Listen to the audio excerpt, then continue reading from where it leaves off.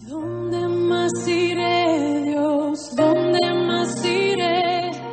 Tienes palabras de vida eterna. ¿Dónde más iré, Dios? ¿Dónde más iré?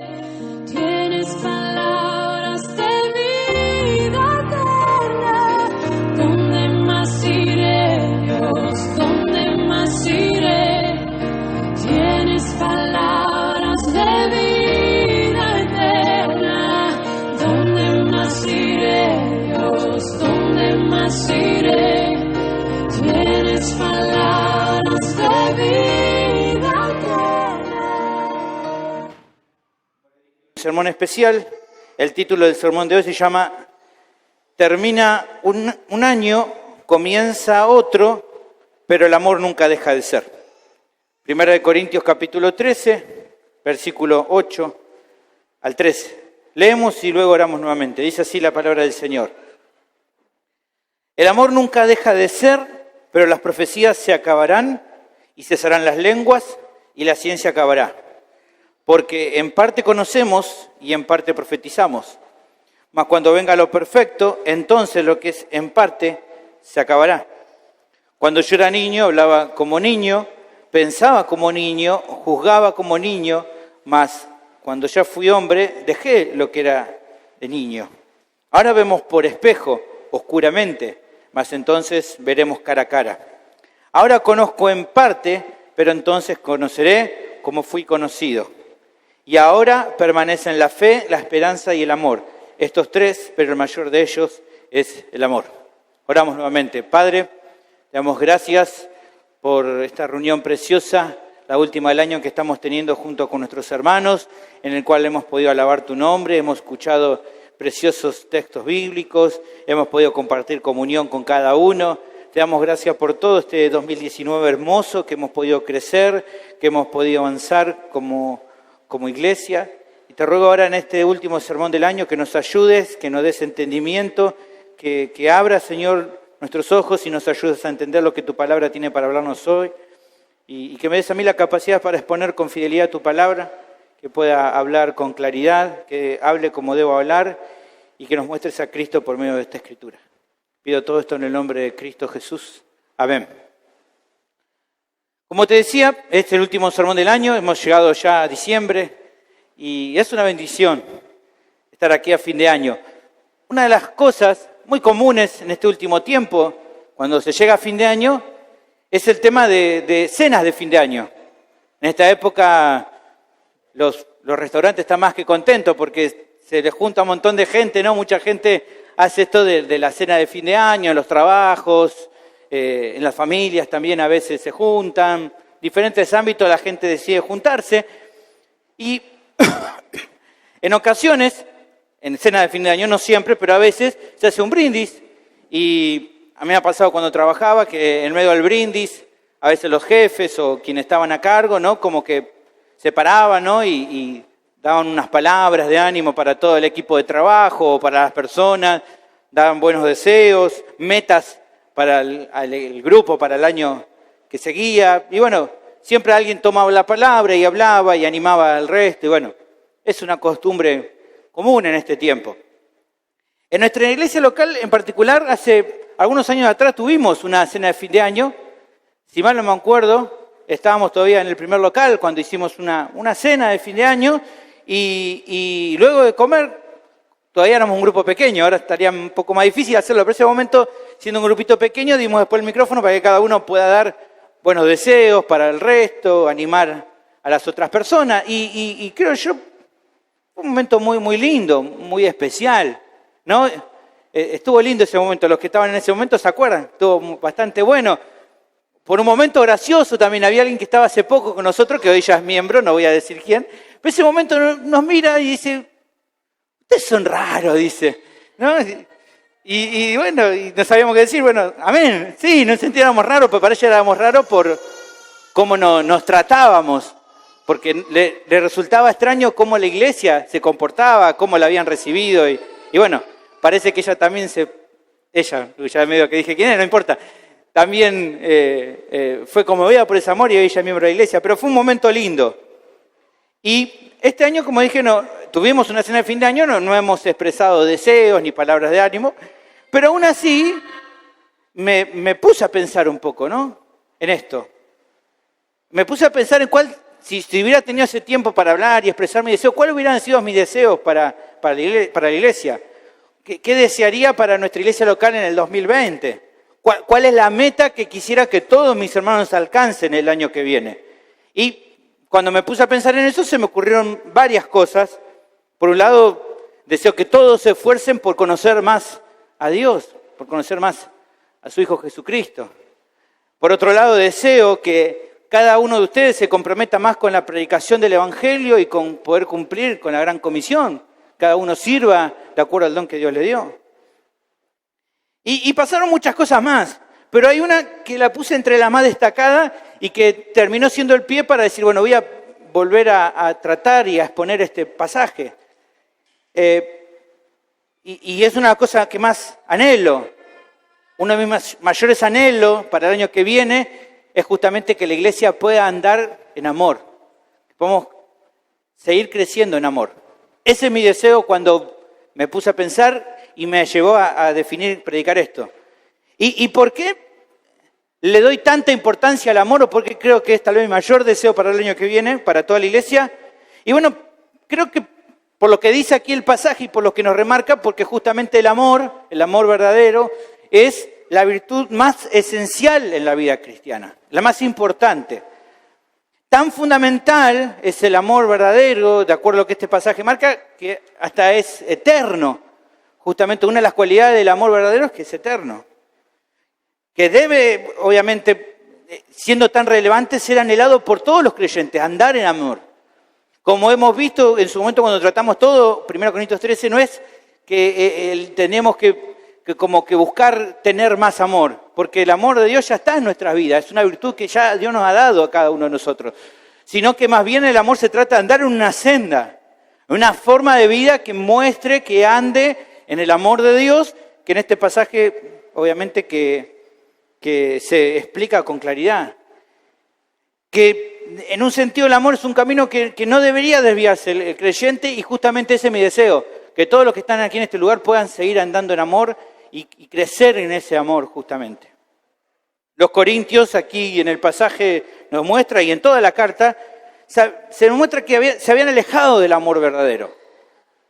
¿Y cómo sabemos eso? Bueno, porque se habían desviado a la senda de un amor que no era genuino, era falso. ¿Y cuál era ese tipo de amor falso? Bueno, el amor por ellos mismos, el amor por uno mismo.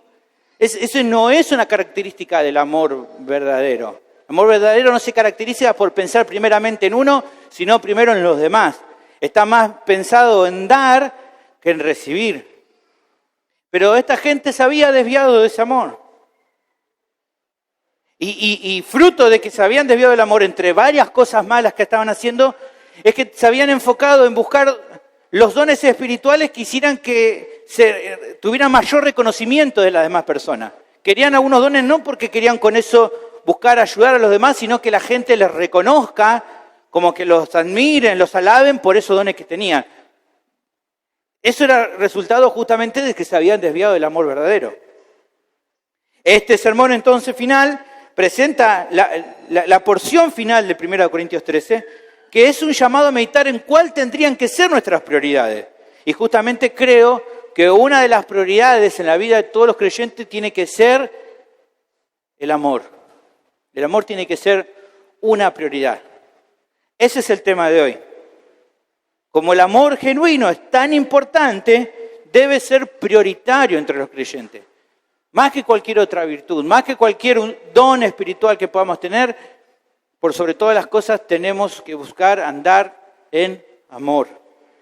Debe ser prioritario. ¿Y por qué es tan importante? Bueno, el texto nos presenta 3 razones que te van a ayudar a entender por qué es tan importante. Demuestran que es importante, que es sumamente importante el amor. Y me voy a tomar el tiempo hoy para justamente darte esas 3 razones. La primera razón, tener tu Biblia abierta y seguir conmigo la lectura, la encontrás en el versículo 8. El amor genuino debe ser prioritario, y es prioritario entre los creyentes también, porque es eterno, es eterno. Eso demuestra que es importante y por lo tanto debe ser prioritario. El texto comienza con una característica adicional al amor. En versículos 4 al 7, ahí vos tenés 15 características del amor genuino. Lo podemos leer juntos y si quieren, dice, el amor es sufrido, el amor es benigno, el amor no tiene envidia, el amor no es jactancioso, no se envanece, no hace nada indebido, no busca lo suyo, no se irrita, no guarda rencor, no se goza de la justicia, se goza de la verdad, todo lo sufre, todo lo cree, todo lo espera, todo lo soporta. 15 características del amor verdadero. ¿Está bien? Eso lo hemos visto en su momento. Ahora, aquí tenemos una característica más que es como que está separada de la sección anterior, dando pie a lo que va a decir en esta sección final del capítulo 13. Y esta última característica, la número 16, la tenemos ahí en el versículo 8 y dice, el amor nunca deja de ser. O sea, lo que se quiere decir con esto, que una de las cualidades del amor es que es eterno. O sea, la idea aquí de que nunca deja de ser es de que nunca se extingue, que nunca se marchita. Es la idea aquí en la palabra del original. Nunca se extingue, nunca se marchita. O sea, es imperecedero, es eterno. Y esta es la primera razón de que sea tan importante para los creyentes. Como al amor genuino se le ha otorgado la capacidad de que nunca deje de existir, por lo tanto, siempre te va a acompañar. Siempre el amor genuino va a ser algo que va a estar en vos, siempre va a ser un camino en el cual vas a transitar, siempre como creyente vas a amar. ¿Por qué? Porque el amor es eterno. Te va a acompañar durante toda tu vida. De hecho, te voy a demostrar que te va a acompañar luego de esta vida. Luego que te vayas de este mundo y cuando recibas un cuerpo nuevo, el día que Cristo venga, el amor va a estar ahí presente y va a seguir por toda la eternidad. Entonces, por eso es prioritario, porque es eterno. Si prestás atención, vas a notar ahora a partir de eso que el pasaje empieza a dar comparaciones. ¿Y para qué lo hace? Bueno, porque evidentemente quiere mostrar la relevancia, la importancia que tiene el amor. ¿Qué tan importante es? En este caso, como dijimos entonces, luego de explicar la característica de que el amor es eterno, que tiene una permanencia continua, se lo compara con dones espirituales. Se mencionan 3 ahí en nuestro pasaje que justamente, y se menciona justamente el que estaba generando un conflicto entre Corintios. Ahora vamos a hablar un poquito de eso. Dice, el amor nunca deja de ser, pero, y acá compara, las profecías se van a acabar, las lenguas van a cesar y la ciencia acabará.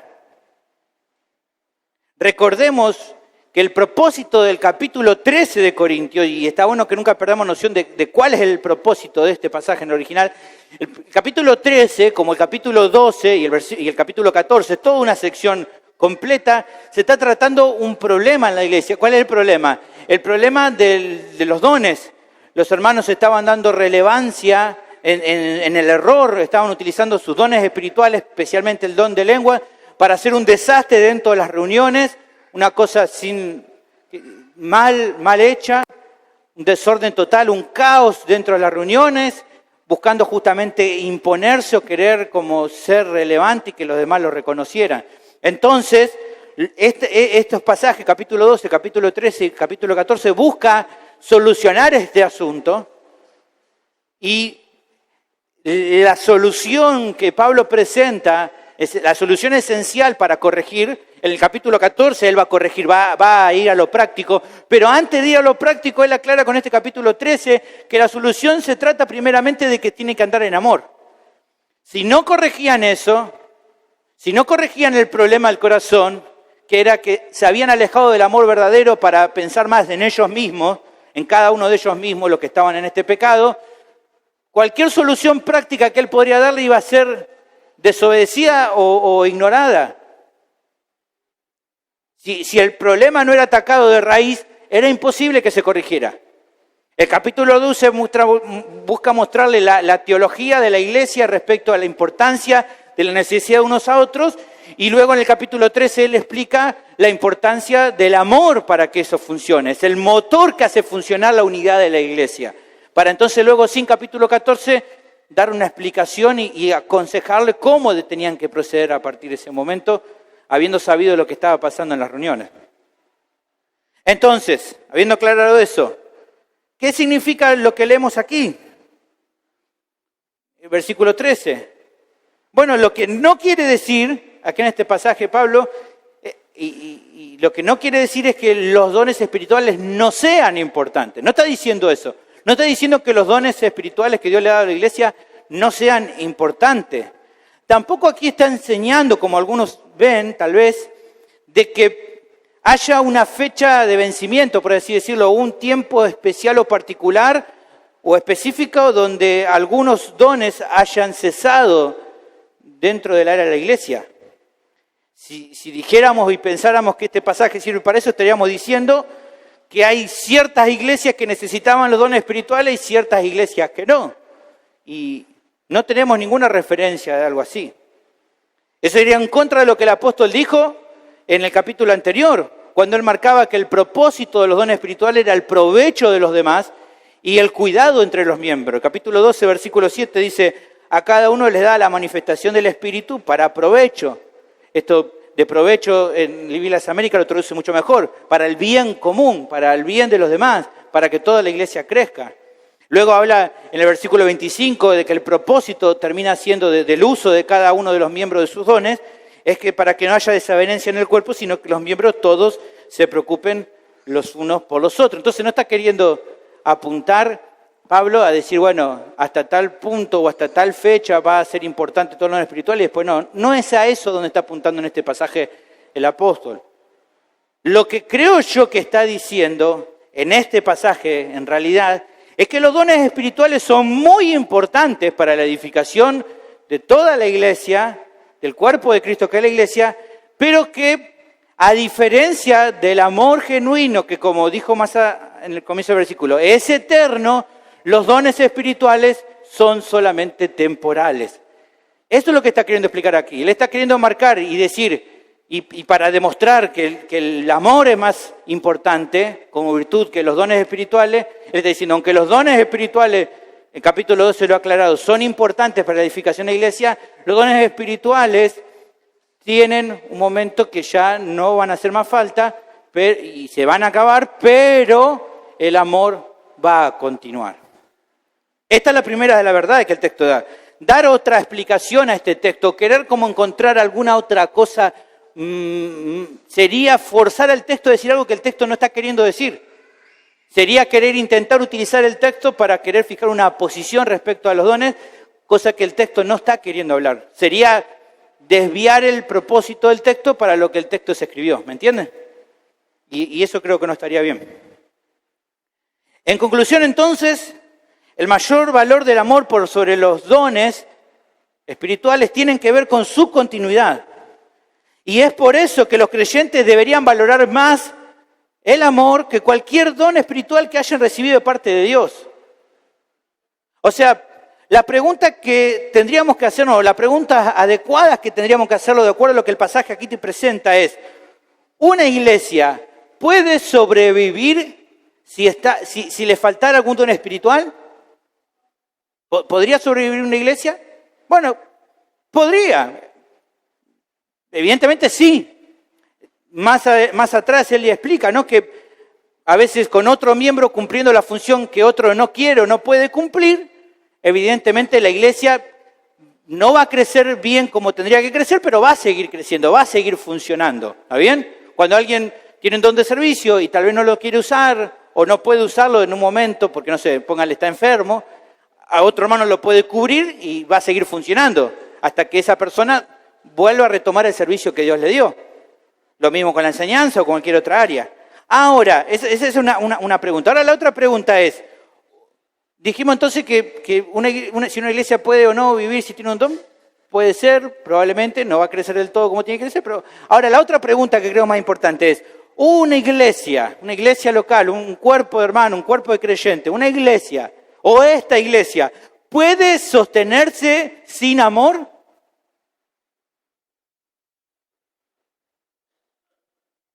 No, no puede. Esa es la diferencia.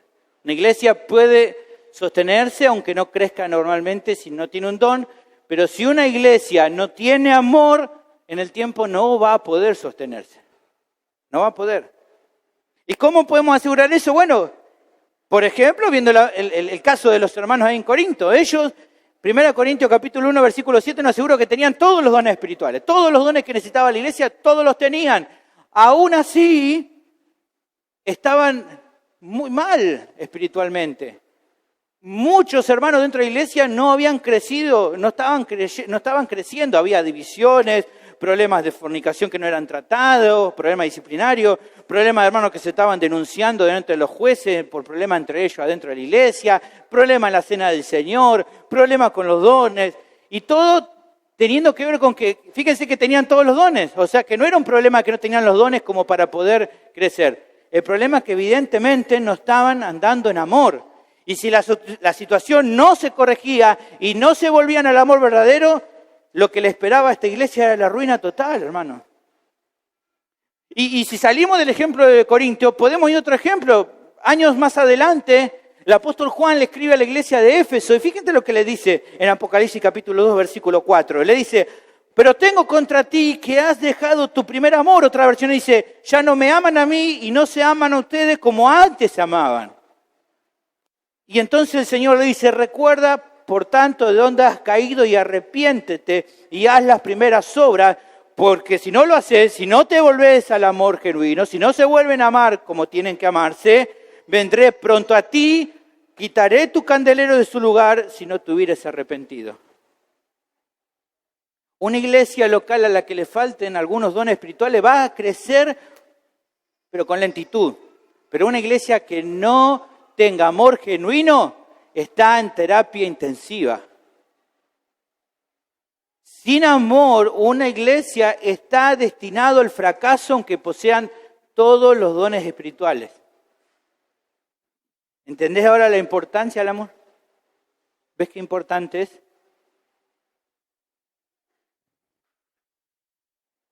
Ahora, por otro lado, con todo esto que dije, no estoy queriendo decir que el amor genuino asegure que esta iglesia va a crecer un montón y que se va a llenar de personas, o que tal vez vamos a tener un ministerio súper eficaz dentro de nosotros, o no estoy diciendo que porque andemos en amor genuino no va a haber problemas. No estoy queriendo decir nada de eso. Eso siempre va a estar sujeto a la voluntad de Dios. ¿Por qué? Porque es Dios quien determina el desarrollo de cada iglesia local y que lo maneja de acuerdo a sus planes soberanos. Hermanos, muchos de ustedes lo saben, lo conocen. Hay muchas iglesias locales en alguna zona de este mundo que son perseguidas y que muchas veces a causa de esta persecución desaparecen. Y no desaparecen porque les esté faltando amor. Ahora, lo que sí quiero establecer con todo esto que estoy hablando y con lo que el pasaje está diciendo es que evidentemente, aunque que haya amor, no quiere decir que una iglesia crezca, porque eso lo termina definiendo el Señor. Sí estoy queriendo decir que atrás de una iglesia que realmente se está desarrollando espiritualmente, sí o sí tiene que haber amor. ¿Me entienden? Sí o sí, para que una iglesia realmente, no números sencillamente, no, que crezca realmente espiritualmente, sean 100, 50, 2.000 personas, para que esa iglesia local realmente, la iglesia se desarrolle espiritualmente hablando de una manera clara, evidente, sí o sí tiene que haber amor genuino entre sus miembros. Si no, no puede. Las iglesias locales no van a poder, nunca van a poder crecer de una forma que agrade a Dios si sus miembros dejan de amarse verdaderamente y andan en un amor falso. O sea, con lo que te estoy diciendo, capaz que te cae la ficha. ¿Sos consciente entonces que en un sentido, si la iglesia crece o no crece, depende de cada uno de nosotros, de que nos amemos de verdad? O sea que en un sentido, si te das cuenta, te estoy diciendo de que en parte es tu responsabilidad. Y para reforzar esta idea, justamente un capítulo antes, se habla y se utiliza la ilustración del cuerpo. Esa ilustración que dice, por ejemplo, en 1 Corintios capítulo 12, versículo 21, dice, ni el ojo puede decir a la mano no te necesito, ni tampoco la cabeza a los pies no tengo necesidad de vosotros. O sea que la realidad de ese principio, ¿cuál es? Que nos necesitamos. Que yo necesito que vos me ames y que vos necesitas que yo te ame a vos y que ambos nos amemos de una manera genuina. Porque solamente de esa manera vamos a crecer como cuerpo. El mismo Señor lo dijo con claridad, hermanos. En Juan capítulo 13, versículo 34, que nos amemos unos a otros como Él nos amó. Ese es el tipo de amor genuino. ¿Y cómo nos amaba Él? Bueno, con un amor verdadero, con un amor que es evidentemente, como Pablo explica, en estas 15 características que recientemente mencioné. Con un amor que, como dice el mismo Juan también en Juan 13:1, un amor que es hasta el fin. Por lo tanto, el Señor nos pide que nosotros nos amemos los unos a los otros de esta manera. Y por lo tanto, mi pregunta es, ¿cómo estás amando a los demás? ¿Estás amando de esta manera? ¿Estás amando a los creyentes de esta manera? ¿Estás amando a los hermanos de esta iglesia local de esta manera? La siguiente de las razones la tenemos del versículo 9 al versículo 12. El amor genuino es prioritario, es esencial, es de vital importancia y por lo tanto debe ser prioritario entre los creyentes porque, como te dije hace un ratito, no se edificará incluso en la vida eterna, luego en el más allá. El texto prosigue y dice otra verdad importante, dice, porque en parte conocemos y en parte profetizamos. Lo que vemos aquí es la primera medida del efecto de los dones en la vida de los creyentes. Y utiliza el ejemplo de dos tipos de dones, los dones de conocimiento y de profecía. Y se nos muestra que aunque los necesitamos para el desarrollo, no cumplen totalmente con la labor. Fíjense, en parte. ¿Por qué es en parte? Porque ¿qué vimos hace un ratito? Que estos dones, ¿cómo son? ¿Eternos? No, son temporales. Entonces, cumplen una función en parte. Y a partir de eso, entonces, acá aparece una nueva comparación para entonces mostrar la relevancia que tiene el amor y para entender, y para que tanto los corintios como nosotros entendamos qué importancia tienen los dones. Dice, mas cuando venga lo perfecto, entonces lo que es en parte se acabará. Aquí también hay bastante controversia respecto a qué significa lo perfecto. Alguien dice que significa lo perfecto que cuando la Biblia se terminó, o cuando la Biblia se terminó de armar el canon de la Biblia. Algunos se refieren a cuando la iglesia ya esté madura. Ahora, yo creo, en mi entender, que cuando aquí habla de lo perfecto, la mejor forma de poder entenderlo es mirando en el mismo contexto de la epístola. Podemos ver entonces tal vez, y preguntarnos, bueno, ¿en qué otro lugar de esta carta se habla y se menciona el tema de los dones espirituales? Bueno, aparte del capítulo 12 al 14, también se lo menciona en el capítulo 1. Y ahí vemos justamente a qué se refiere Pablo aparentemente con lo perfecto. Fíjense, en 1 Corintios capítulo 1, versículo 4 al 7, se nos habla de la satisfacción del apóstol de que los corintios poseían todos los dones espirituales, y dice, esperando la manifestación de nuestro Señor Jesucristo. Y dice, gracias doy a mi Dios siempre por vosotros, por la gracia de Dios que os fue dada en Cristo Jesús, porque en todas las cosas fuiste enriquecido en Él, en toda palabra y en toda ciencia, así como el testimonio acerca de Cristo ha sido confirmado en vosotros, de tal manera que nada os falta en ningún don, esperando la manifestación de nuestro Señor Jesucristo. De acuerdo a esto, de acuerdo entonces a esta idea, creo que entonces cuando aquí el apóstol está hablando de lo perfecto, como lo que los creyentes deben esperar, creo que se está refiriendo al estado eterno de nuestra glorificación. Que cuando ya estemos entonces en la presencia de Cristo, cuando Él venga por la iglesia, entonces lo que es en parte se acabará. Creo que a eso se está refiriendo cuando habla de lo perfecto, a la venida del Señor Jesús, y no a la terminación del canon, porque no tendría que ver con lo que el contexto está marcando. O sea, que los dones espirituales que hoy nos ayudan en nuestro crecimiento, cuando Cristo venga ya no van a ser necesarios. ¿Por qué? Porque en la presencia misma de Cristo ya no van a hacernos falta.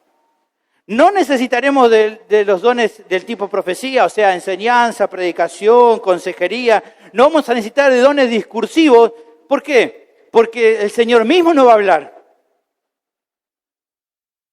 No voy a tener que pararme como hoy se para un predicador fiel y te dice, bueno, acá así dice el Señor esto en su palabra. ¿Por qué? Porque Él mismo nos va a hablar.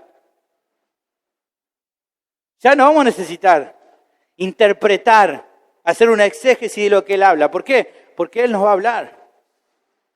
No vamos a necesitar dones de conocimiento para comprender cómo es Él, porque nuestros ojos le van a ver. Lo vamos a poder ver. Pero ¿sabes qué? Sí vamos a seguir necesitando el amor, porque vamos a seguir amando a Cristo. Esta es la razón, la segunda razón de la importancia del amor genuino. Seguirá siendo útil por toda la eternidad. Y esto me hace pensar, ¿no? Seguramente todos los que estamos aquí, si yo te pregunto si amás al Señor Jesús, vas a decir, sí, lo amo. Claro que lo amo. Ahora Pedro dice, ¿no? Y habla de que hoy lo amás, y es verdad, hoy lo amás sin haberlo visto. No lo vemos al Señor. Ahora es la pregunta y la reflexión. ¿Cuánto pensás que lo vas a amar aún más cuando lo veas personalmente con tus propios ojos? Hoy lo amás sin haberle visto, pero un día lo vas a ver. Y seguramente va a ser como nunca antes. No solo porque ahora tus ojos lo van a poder ver, sino porque tu cuerpo será transformado. Hoy a veces quisieras amarlo más de lo que lo amás, pero a causa del pecado, a causa de las luchas en tu vida, muchas veces el pecado afecta tu comunión, tu relación de amor con el Señor. Pero el día que estés en tu presencia ya no va a haber pecado. Ya no va a haber, el pecado ya no va a afectar tu relación con Él. Ya nada va a afectar tu relación con Él. Vas a poder amarlo completamente. No solo que lo vas a ver, sino también que lo vas a poder amar sin ningún tipo de impedimento. Vas a poder disfrutar del Señor en total y perfecta santidad y comunión. Eso es realmente un gozo incomparable, hermano. Pero también hay que hacer una advertencia, porque lo que para cada creyente genuino va a ser una alegría inmensa el estar en la presencia del Señor, para los que todavía están sin Cristo, es un llamado a abandonar el pecado. Porque la realidad es que si todavía estás sin Cristo, si hoy te va a este mundo, o si hoy viene el Señor por su iglesia, si vos estás sin Cristo, no esperes nada lindo, no esperes nada bueno. No esperes ningún gozo incomparable. Como escuchamos hoy en el Evangelio que Diego nos habló, solo te espera el dolor eterno del infierno. No vas a poder disfrutar de la gloria del Señor, sino solamente de la condenación eterna por haberle dado la espalda al Señor. O por querer haber intentado ganar la salvación por medio de tus obras. Entonces a vos que todavía estás sin Cristo, te animo a que ya no sigas de esa manera. Te animo a que dejes de vivir en tus pecados. Que dejes tal vez intentar hacer méritos para recibir la vida eterna y que pongas tu confianza solo en la cruz de Cristo. Que te aferres solo a su sacrificio, a que te arrepientas de tu pecado y que corras a Cristo. Y que su promesa es que todo el que Él viene, Él no le echa fuera. ¿Qué vas a hacer vos que estás todavía sin Cristo? Lo que el texto luego hace, a continuación, es seguir demostrando la relevancia del amor respecto a los dones espirituales en cuanto al estado eterno. Y aquí utiliza, en su momento habíamos hablado de figuras retóricas, o sea, formas de explicar las cosas. En este caso, utiliza lo que se llaman analogías. Son afirmaciones y cosas que se utilizan, afirmaciones para intentar de alguna manera explicar otra verdad. ¿Está bien? ¿Me entienden? Se utiliza verdades para explicar otra cosa que nada que ver, pero que después cuando se juntan tienen como una relación. Eso es analogía. Para un ejemplo nomás, ¿no? En 2 de Pedro, en 2 de Pedro 2:22, para hablar acerca de los no creyentes, de los religiosos, de los apóstatas, lo que hace Pedro es utilizar un proverbio, y él utiliza una analogía y dice, hablando de los apóstatas, pero les ha acontecido lo del verdadero proverbio, el perro vuelve a su vómito y la puerca lavada a revolcarse en el cieno. Él utiliza esa analogía para poder mostrar la realidad de un falso creyente, de un cristiano apóstata, alguien que realmente no conoció al Señor. Ahora, las analogías de nuestro pasaje, la primera la vemos a continuación, versículo 11. Cuando yo era niño, hablaba como niño, pensaba como niño, juzgaba como niño, mas cuando ya fui hombre, dejé lo que era de niño. Una verdad de la vida. Ahora, utiliza esto como una analogía. En esta analogía, aquí la idea de niño es la de un niño muy pequeño, de los niños más chiquititos, bebitos, que todavía no pueden hablar porque son chiquitos. Y con eso en mente, ¿no? De hablar de estos niños, la idea es ver la diferencia entre un niño así chiquito que todavía no sabe ni hablar, y una persona adulta que ya tiene claro las cosas, que puede hablar, que puede pensar, que se puede dar a entender. Evidentemente hay una diferencia entre un niño, lo que estoy mencionando, y una persona adulta. Hay una gran diferencia entre ambos momentos de la vida. Y de la misma forma pasa con nuestra vida como cristiano. ¿En qué sentido? Que si pudiéramos comparar lo que es nuestra vida en este tiempo a lo que será en el reino futuro, lo que será cuando estemos en el Señor, cuando recibamos nuestro nuevo cuerpo, así de diferente va a ser nuestra vida. Esa es la analogía que está diciendo. Para entender lo diferente que es nuestro tiempo ahora de lo que será cuando estemos en la presencia del Señor, juntamente con Él, es como pensar en un niño que apenas todavía no sabe ni hablar, a una persona grande, en lo que tiene que ver con la diferencia. Y la segunda analogía es algo parecido, pero usa otro ejemplo. Dice, ahora vemos por espejo, oscuramente, mas entonces veremos cara a cara. Esta analogía para los corintios era mucho más entendible también, porque en aquella época allí en Corintios se hacían unos espejos especiales, eran muy reconocidos porque una fábrica o una ciudad donde se fabricaban muchos espejos especiales, no como los espejos que tenemos ahora, ¿no? Sino se utilizaban otros materiales, pero era también un espejo que había en aquella época. ¿Y qué le está queriendo decir con esta idea? Bueno, imagínense ustedes en esos espejos de aquella época, si vos te ponías en ese espejo y venía otra persona y vos mirabas por ese espejo a esa otra persona, te dabas una idea más o menos cómo era. Como te digo, no era algo perfecto porque no era un espejo como nuestra época, pero cierta idea te daba de quién era la persona. Bueno, evidentemente no es lo mismo mirar por medio de un espejo imperfecto que ver una persona cara a cara. De la misma manera, lo que hoy podemos conocer de Cristo es mucho, pero comparado cuando estemos en su presencia, nada que ver. Será mucho más.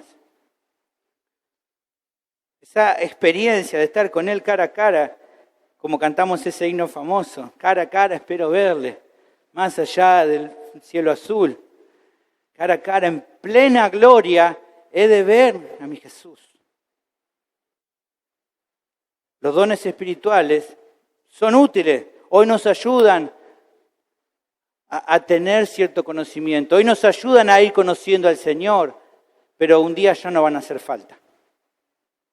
Y el pasaje sigue remarcando eso cuando finalmente dice, ahora conozco en parte, pero entonces conoceré como fui conocido. Aquí la idea de conocer en parte, conocimiento en parte, la idea de la palabra que se utiliza es ginosco, es un conocimiento normal, conocimiento común de lo que uno puede tener. Pero dice, ahora conozco en parte, pero entonces, hablando del futuro, dice conoceré. Y es muy interesante porque aquí la palabra conoceré no es la misma que dice primera en conozco en parte. No es la misma palabra. En el segundo caso se utiliza la palabra epiginosco, que se traduce como familiarizarse completamente con algo, tener un conocimiento más claro, conocer mejor. Ginosco es conocer más o menos, epiginosco es conocer mucho mejor las cosas. En 2 Corintios capítulo 6, versículo 9, se utiliza más de esta idea de epiginosco. Fíjense que dice ahí, en 2 Corintios 6, 9, como desconocidos, pero bien conocidos. Y ahí se utiliza epiginosco. Es un conocimiento mejor. Evidentemente, hermanos, cuando estemos en la presencia del Señor vamos a conocer mejor. Y fíjense que nuestro versículo ahí dice, no solo que conoceremos mejor, sino que entonces conoceré como fui conocido. O sea, como el Señor ya nos conoce, y aquí nuevamente utiliza epiginosco. Conoceremos y entenderemos como el Señor. O sea, hoy es como que el pasaje está queriendo decir, hoy entendemos parcialmente, pero un día tendremos un entendimiento semejante a lo que el Señor tiene. Vamos a entender mejor las cosas. O sea, en este capítulo final de esta historia preciosa de salvación, esta historia preciosa que hoy nos permite amar a alguien que, como dijimos, todavía no conocemos, pero sabemos de Él y creímos en Él y lo amamos. Porque Él nos amó primero y hace 2000 años atrás dio su vida por nosotros. Que incluso nos conoció desde la eternidad y ahí ya nos había escogido, aunque no había nada lindo en nosotros, pero aún así nos amó.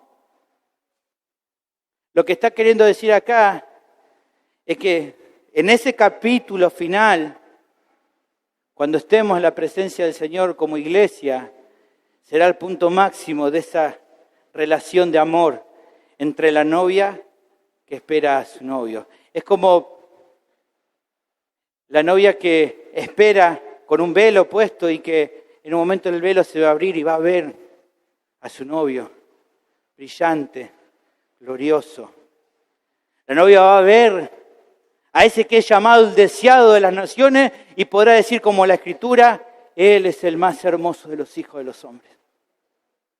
La iglesia va a conocer a su esposo y va a amarlo mucho más. Lo que está queriendo decir acá, con este pasaje, es que en ese momento los dones ya no van a ser necesarios, pero la historia de amor va a seguir para siempre. La historia de amor de Cristo con su pueblo. Ya no van a hacer falta más los dones espirituales, porque realmente vamos a disfrutar del don más grande que hemos recibido de Dios, que es Jesucristo mismo.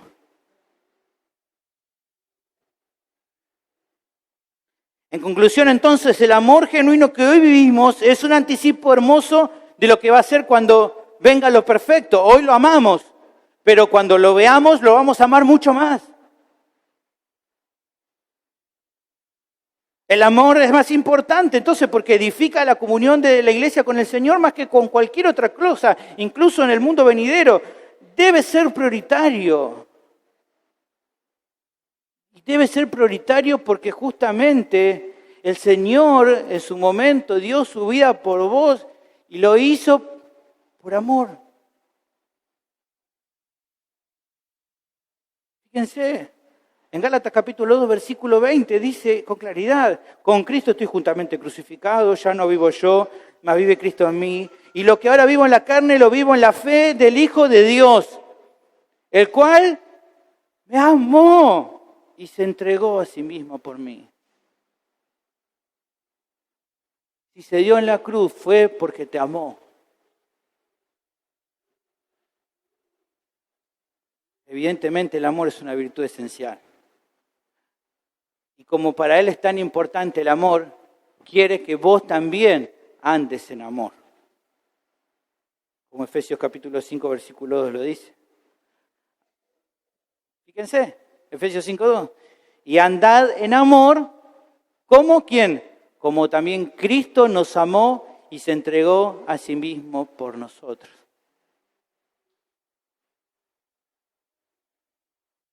Hoy las chicas estaban ensayando, yo espero en cualquier momento escucharles esa canción. En esto conocemos el amor, en que Él dio su vida por nosotros. Qué verdad tan hermosa. Por eso tenemos que andar en esa misma clase de amor. Sí, Sergio, tenemos que andar, pero qué difícil que es amar cuando la otra persona es difícil. Sí, qué difícil, claro que es difícil. Nadie dijo que amar sea sencillo. Nadie dijo que te resulte simple amar siempre a los demás.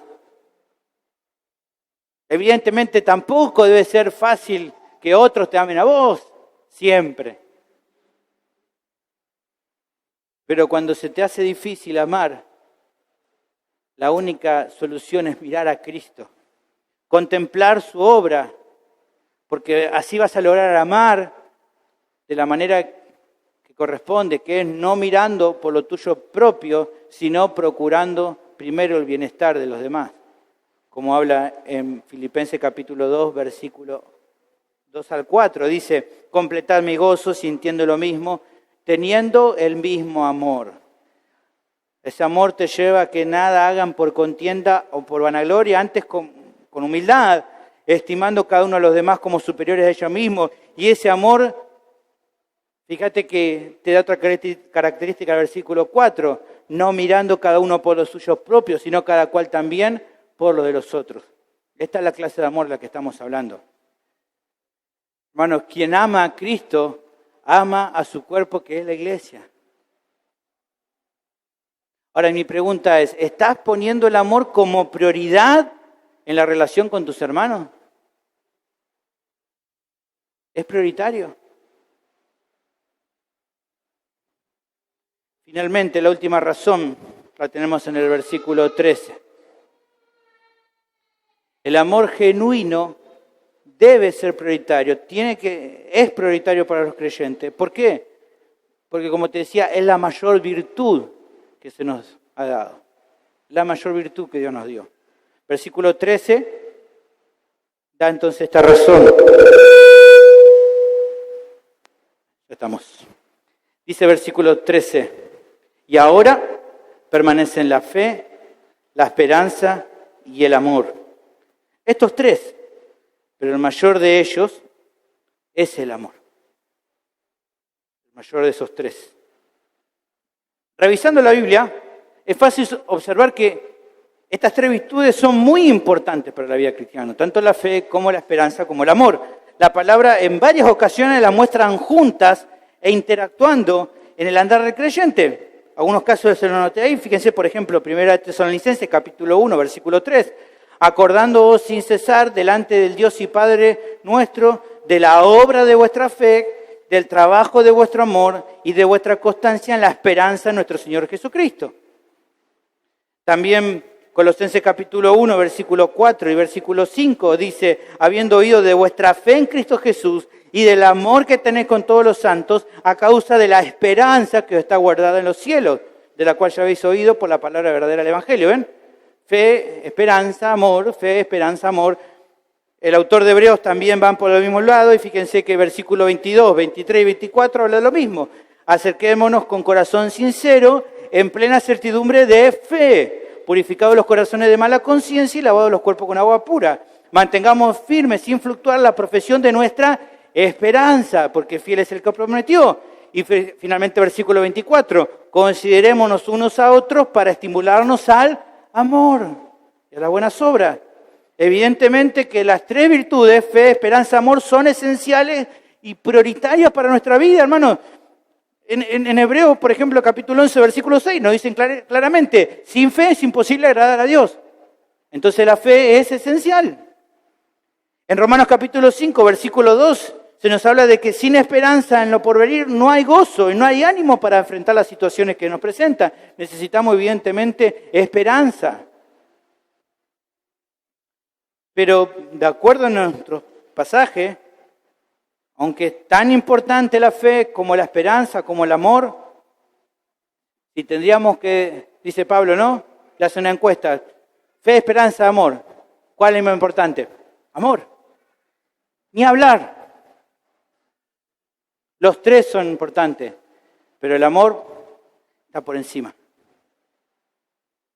Entonces, esta es la tercera razón que demuestra la importancia y por qué tiene que ser prioritario el amor entre nosotros. Porque es la virtud, la mayor virtud que Dios nos ha dado. ¿Por qué? Bueno, podemos verlo también por lo eterno. O sea, un día, hermano, hoy necesitamos fe, es esencial para vivir una vida agradable delante de Dios. Pero un día no vamos a necesitar más fe. ¿Por qué? Porque nuestros ojos lo van a ver. Entonces ya no vamos a necesitar creer en Él porque Él va a estar ahí, lo vamos a ver. En ese momento no vamos a necesitar esperanza. ¿Por qué? Porque ya tendremos lo que estamos esperando. Hoy tenemos esta esperanza. Lo esperamos con ansias. Hay un deseo, pero el día que estemos en su presencia ya no va a ser necesario la esperanza. En Romanos capítulo 8, versículo 24, dice, ¿no? En esperanza fuimos salvos, pero la esperanza que se ve no es esperanza. Porque lo que alguno ve, ¿a qué esperarlo? O sea, cuando ya esté en su presencia, no hace falta esperanza, porque lo que quería ver lo estoy viendo. Ya llegó. Pero el amor va a seguir vigente, porque vas a ver a aquel que esperaste y que creíste con todo tu corazón. El amor va a seguir.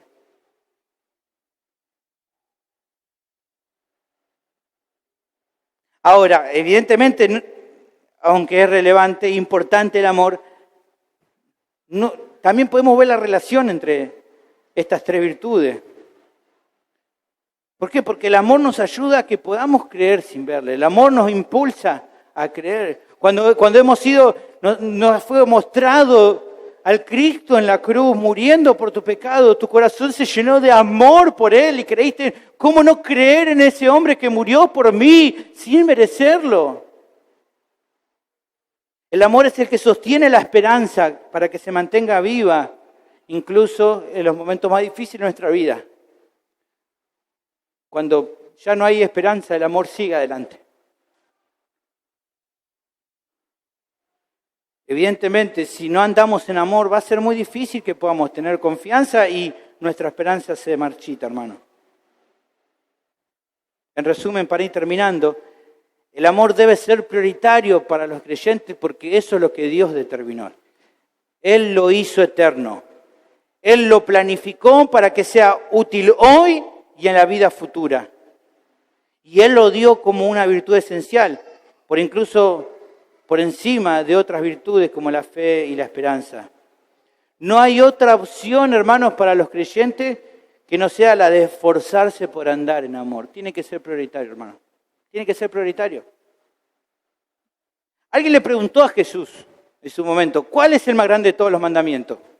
Marcos capítulo 12, versículo 30. ¿Qué dijo él? El más grande mandamiento es, oye Israel, tu Dios uno es. Crean por sobre todas las cosas. Tengan esperanza, ese es el mayor mandamiento. No, ¿qué dijo él? ¿Cuál es el mayor mandamiento? Amarás al Señor tu Dios con todo tu corazón, con toda tu alma, con toda tu mente y con todas tus fuerzas. Este es el principal mandamiento. Y luego dice, versículo 31, el segundo es semejante. Amarás a tu prójimo como a ti mismo. No hay otro mandamiento mayor que estos. No hay otro mayor. Entonces, ¿entendés qué valioso que es el amor? ¿Entendés por qué tiene que ser prioritario en el 2020? ¿Por qué es mi mayor deseo que nos amemos? Tiene que ser prioritario, hermanos, seguir andando en amor, seguir siendo una iglesia amorosa. Que el año que viene ya estamos empezando. Algunos dicen que ya estamos por pasar de década, otros dicen que no, recién es en el 2021, no sé. Yo creo que sí, que ya ahora pasamos una década nueva, que la década que viene muestre que el pueblo de Dios es una iglesia amorosa, que anda en amor, que el amor sea genuino entre cada uno de nosotros, hermanos. Pero no un amor genuino que simplemente viene, abraza, eso es precioso, abrazar a nuestro hermano, sino un amor que se sacrifica por los demás, que está dispuesto a dejar de lado la propia comodidad de uno para intentar procurar el bienestar de los demás, que está dispuesto a dar por los demás, incluso despojándose de lo de uno mismo, que está dispuesto a velar y a cuidar, que está dispuesto a perdonar, que está dispuesto a cuidar por la santidad de los demás. Que está dispuesto, como más adelante Pablo va a decir, a amarlos más, aunque sea amado menos.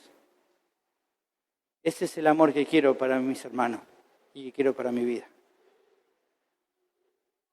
Que el año que viene sigamos creciendo en conocimiento, que uses tus dones con mayor compromiso, que tengas un mayor compromiso con la iglesia, pero oremos, hermanos, los unos a los otros para que en el 2020, como dice esa canción, haya más amor. Porque entonces el mundo va a conocer que somos discípulos de Cristo, como dice Juan 13:34. Un nuevo mandamiento os doy, que os améis unos a otros como yo os he amado, que también os améis unos a otros. En esto conocerán todos que son mis discípulos, si tuvieres amor los unos con los otros. Padre,